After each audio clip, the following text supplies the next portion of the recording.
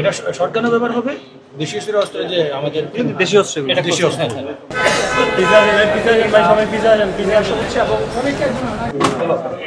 Sir আপনি একদম down হয়ে সর্বোচ্চ করে উঠেছেন।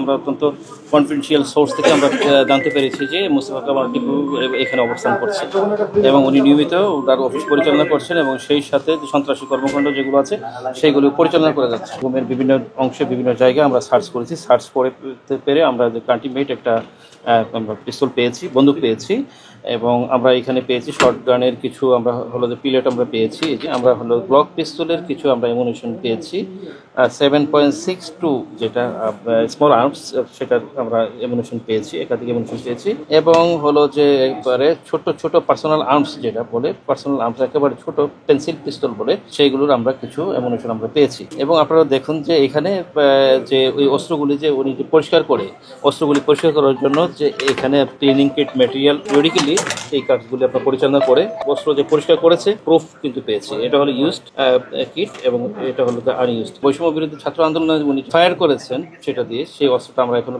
আমরা বের করতে পারি। নগরীর বিভিন্ন জায়গায় বৈষম্য বিরোধী আন্দোলনের সংক্রান্ত বিষয়ে মামলা হয়েছে, একাধিক মামলায় উনি এধারভুক্ত আসামি। আইন শৃঙ্খলাকারী রক্ষা বাহিনী যেটা হলো যে গ্লক পিস্তল যেটা আছে এটা আমরা ব্যবহার করে থাকি, বাংলাদেশ পুলিশ ও অন্যান্য বাহিনী এগুলো আপনারা ব্যবহার করে থাকে, সেটার অ্যামুনিশন আমরা কিছু পেয়েছি। যে কাগজপত্র যেগুলি করছি এগুলি এখনো আপনার হলো যে মূল্যায়ন করা, অ্যাসেস করা এখনো সম্ভব হয়নি, এস্টিমেট করা সম্ভব হয়নি। রাফলি আমরা কিছু ইউজড এবং আনইউজড কিছু বিভিন্ন ব্যাংকের চেক বই যেটা আমরা পেয়েছি সেটা এখানে আমরা লিস্ট করেছি। যেহেতু এখানে আমরা ক্লিনিং কিট ম্যাটেরিয়াল আমরা পেয়েছি, দ্যাটস ওয়াই এখানে ধরা হলো অস্ত্র অবশ্যই এখানে পরিষ্কার হয়েছে, অস্ত্র আর থাকতে পারে। ব্যাপক জিজ্ঞাসাবাদের প্রেক্ষিতে এটা আমরা বের করতে পারি। পরবর্তী আইনি প্রক্রিয়া আমরা এখন লিগেল প্রসেসে আমরা আগাবো, আমরা জেল হাজতে প্রেরণ করবো এবং সেই ক্ষেত্রে প্রসিকিউট করবো লিগেল।